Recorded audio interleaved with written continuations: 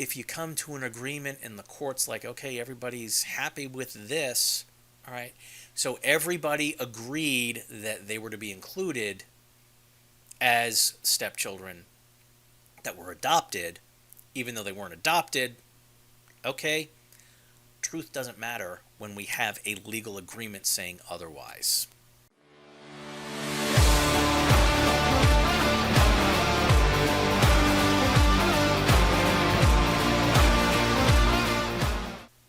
The last alleged spouse to present her claim was a 71-year-old woman who called herself Alma Hughes.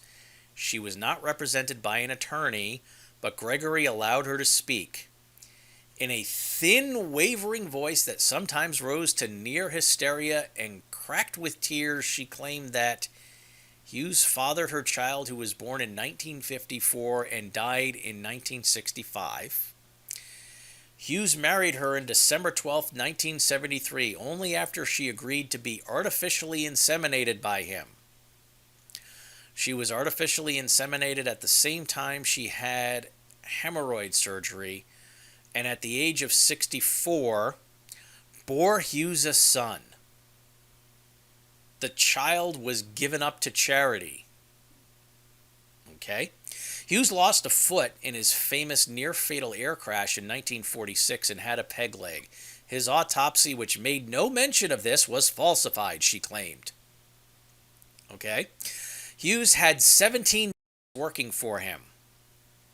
Again, I think they might have used a different word today, but remember, this article from the Washington Post was back in 1981. And finally, claiming God as her witness, a Vespian said Hughes was, quote, awfully rough in bed with a woman. On the other hand, Terry Moore said in interviews that Hughes was the best lover she ever had. Gregory threw out Vespian's claim. So, these were just the widows, let alone everybody else claiming to have been in the bloodline. So these supposed widows who married him with absolutely no proof, no documentation, just coming to the court and crying and yelling and screaming. So the court had to take all of this up because it was in probate. So all of this ridiculousness ended up costing money out of the estate to just push these claims away. If this was in a revocable living trust, it wouldn't have been there in the first place. At least not for all of that money. If you think it's important for educational videos like this to get out there, then please help us out by subscribing to the channel. Donald E. McDonald of Los Angeles, who also calls himself Richard Robard Hughes, claimed Hughes adopted him in 1953 in Ventura, California. McDonald happened to be married at the time. Gregory dismissed his claim. Then came the strangest one of them all, as if these weren't strange to begin with. Claire Benedict Hudenberg from Las Vegas, who claimed to be Hughes' illegitimate daughter. She was not present in court, and the only testimony given was a sworn deposition read by a lawyer. Among other things, Hudenberg claimed that she is clairvoyant, can hear things from another world, and was a king in 3 previous incarnations. Harold Robbins' novel The Carpetbaggers revealed to her that she is Hughes' daughter. She bears a remarkable physical resemblance to Hughes, lived next door to him in the Bahamas in 1969, and then moved to a house in California once owned by Hughes. Someone put arsenic in her swimming pool and cyanide on her roof, and 25 men with great big necks followed her around Las Vegas trying to take her picture. Why would all these things have occurred if she were not indeed Howard Hughes' daughter, she wondered. Gregory was not persuaded by the force of her logic. But then there were people with serious claims. Okay, so there was all of that stuff just coming out of the woodwork, but the people with the serious claims, with no surviving spouse, child, parent, or sibling. Again, this is now under Texas law for who is the next of kin, because Hughes didn't have a valid, at least last will and testament presented. With no surviving spouse, child, parent, or sibling, the estate was divided between the mother's side of the family and the father's, beginning with direct descendants from the grandparents. Those inheriting from Hughes' maternal side were nailed down in court without any opposition. Hughes' mother had one brother and two sisters. The brother had 5 children, and the sisters had 4 each. One of the cousins is Will Loomis, 52, whom some liken to his cousin Howard. A former lawyer with the Houston firm of Andrews, Kurth, Campbell, and Jones, Loomis runs what remains of the Hughes empire from Las Vegas. He is credited with reversing the sinking financial fortune of the Summa Corporation, the holding company of most of the assets of the estate, including several Las Vegas gambling casinos and hotels and land. He is currently battling the IRS over a $274.7 million federal estate tax bill. So far, the estate has paid out in excess of $100 million to the federal government, raised from the sale of casinos, land, and Hughes Air West. So, back then, the estate tax amounts and limits, it was considerably easier to impose an estate tax. But really, for this type of fortune, once you hit the taxable, it doesn't take much to hit that taxable threshold, and then it's just huge. So, when they're arguing to value the estate at, going from, say, $1 billion and trying to argue it down to $500 million, really you're talking about saving about 40 to 45% of the difference of $500 million. That's a lot of money, and it was an awful lot more money back in the mid-70s and early 80s. So determining the paternal heirs was another matter altogether. That's the question the jury had to consider. 3 people claiming to be grandchildren of Hughes' uncle and 2 of the uncle's stepchildren and 2 contending sets of cousins fought it out before Judge Gregory and the jury. The 3 grandchildren said they descended from Hughes' late uncle Rupert Hughes, the celebrated Hollywood author.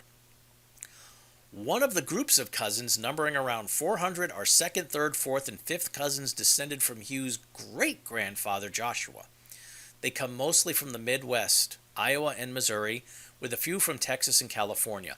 All of them were rounded up by the Nashville genealogist Bill Jones. They claimed Uncle Rupert had the mumps as a child and was sterile. They claimed his daughter Elspeth, the mother of the contesting grandchildren, was the product of an affair by Rupert's first wife, Agnes. Thus, they said there are no true descendants from the Hughes paternal grandparents, and the estate should pass to descendants of the great-grandparents. So, all of this, from even the legitimate family members, got called into question because they were going to question the paternity of the legitimate heirs so that they could step in and get their piece of the action. Okay. About 100 people showed up claiming to be the great-grandfather's descendants. A typical interview between them and a reporter went something like this. Who are you?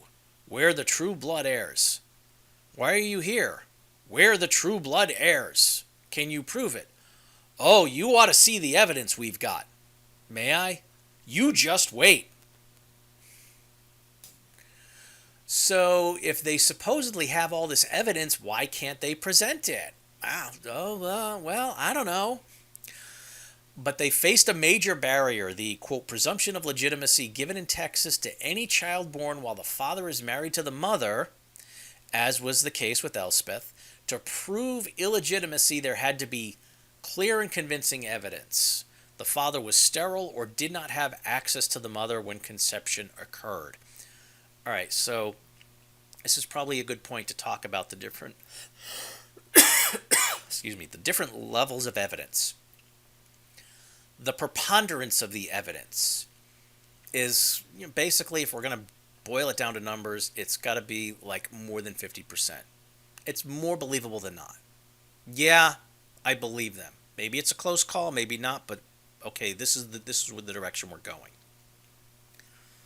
then there's the beyond a reasonable doubt. The best way to put that is you're like 99.9% sure that this is the direction it's going. Clear and convincing falls between it. So basically you got to say, yeah, we're about 2/3 convinced. So it's a higher barrier than, okay, if you got to pick between 1 and 2, it's close, but yeah, I believe them. No. It's got to be more. It's got to be a bigger barrier, and they've got to prove the sterility or that they didn't have access to the mother. So let's just say father is overseas in the military for an entire year, non-stop, comes back and the wife is giving birth. Well, wait a minute. Full year, 9 months. Somebody else had to have been impregnating her in that 3-month period when he was away. There was no way that they could have been conceived. So that's what they're talking about with the clear and convincing evidence. Right. The cousins relied on an application by Rupert to the Sons of the American Revolution in which he left blank the space in which the children were to be listed, and the testimony of several cousins who said they heard Rupert say he could not have children. Okay? Again, not really clear and convincing, but at that point it's up for a jury to decide. The other group of cousins, numbering about 160, mostly from Alabama with a few from Tennessee and Texas, said Uncle Rupert had a daughter, all right, but it wasn't Elspeth. They said it was a Layla Babcock Hughes, who, they say, drowned in a swimming pool at Rupert's house in California in 1921. The leader of this group is Robert C. Hughes, a silent, dour man who teaches agriculture at a high school in Alabama. He claimed that Hughes' grandfather, Felix T. Hughes, was really Felix Moner Hughes. The story goes back 150 years and takes 3 hours to explain, he says. In about 5 minutes, the Washington Post boiled it down. It goes something like this. Felix Moner and Felix T. were friends in Kentucky. One of Felix Moner's brothers killed one of Felix T.'s brothers.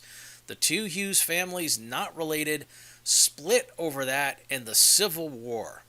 Felix Moner, whose sympathies lay with the North, left his family and joined Felix T.'s family and took his name also. Somewhere down the line, the first Felix T. died, leaving Felix Moner as the only Felix T. The new Felix T. then got into a fight with his old father over money. This precipitated a split in the old and new Felix T. Hughes clans, with the old group going to Alabama, from whence the Robert C. Hughes group of cousins is descended.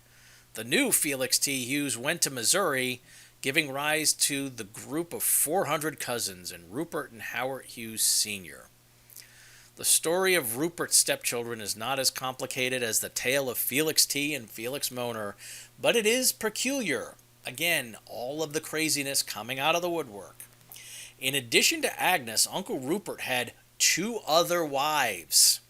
The second one, Adelaide, had 2 children, a daughter, Avis, and a son, Rush, when she married Rupert. Okay, so this is a stepchild situation. Adelaide committed suicide on a cruise to China by hanging herself in her cabin. Rupert's third wife, actress and writer Patterson Dial, died from an overdose of sleeping pills. It was claimed that Avis Hughes McIntyre and her brother Rush were adopted by Rupert. It turned out that Rupert never legally adopted them, but they were included in the pre-trial agreement between the maternal and paternal sides of the family. So what, were they legitimate? Well, there's no documentation. They weren't legally adopted. But, hey, look, this just proves another point that when you've got this huge argument in this huge court battle, if you come to an agreement and the court's like, okay, everybody's happy with this, All right. So everybody agreed that they were to be included as stepchildren that were adopted, even though they weren't adopted. Okay. Truth doesn't matter when we have a legal agreement saying otherwise. Okay. So, the three sisters who successfully claimed to be children of Rupert are Roberts, the wife of an industrial engineer from Cleveland, a talkative live wire who goes by Chris. By Chris, I Hate Agnes. Beth DePold, smart and energetic, the wife of a San Francisco engineer, and Cameron, serious and determined, the wife of a Los Angeles real estate broker. Each one of them stands to get about $32 million. All right, great. Chris says she never met or saw Howard Hughes. Beth said she saw him once. It was in New York. The elevator opened and there he was, but we didn't get in. Barbara says she was introduced to Hughes once at a Los Angeles restaurant by Rupert, the uncle. And here's the good closing line of the article. Chris works at a skating rink in Cleveland. What would she do with her money? Quote, I'm going to buy the place where I work, she said, and burn it down. Okay. So all of this huge mess back in 1981 when this article was written, oh yeah, it's only going to be a couple of years and it's done. 2010. All those years later, 29 years later, it still wasn't done, but we were almost there. If all of this was in a revocable living trust, it would have been handled. Now, I'm just going to throw out there that there's a comparison, and I should probably do a review of this estate, even though I did an article way back when. The estate of Michael Jackson. Everybody made it sound like, oh, this is such a mess. It's such a mess. We're going to court. We're going to court. We're going to court. When they went to court, it was over the custody of the children. Because Michael, who had sole custody of his 3 children, wanted his mom to actually raise the kids. There was nothing about the money. Nothing. No contest about the money at all. It was all inside a revocable living trust. He did that plan the right way. Howard Hughes probably had as much money in 1976 dollars when he died, if not more, and he left a mess. So, I hope you found that information entertaining and hopefully useful. If you want to check out more information on avoiding probate, that's really a lot of what my firm focuses on when we're doing planning. It's avoiding probate court using revocable living trust. Go ahead to livingtrustlawfirm.com and check that out.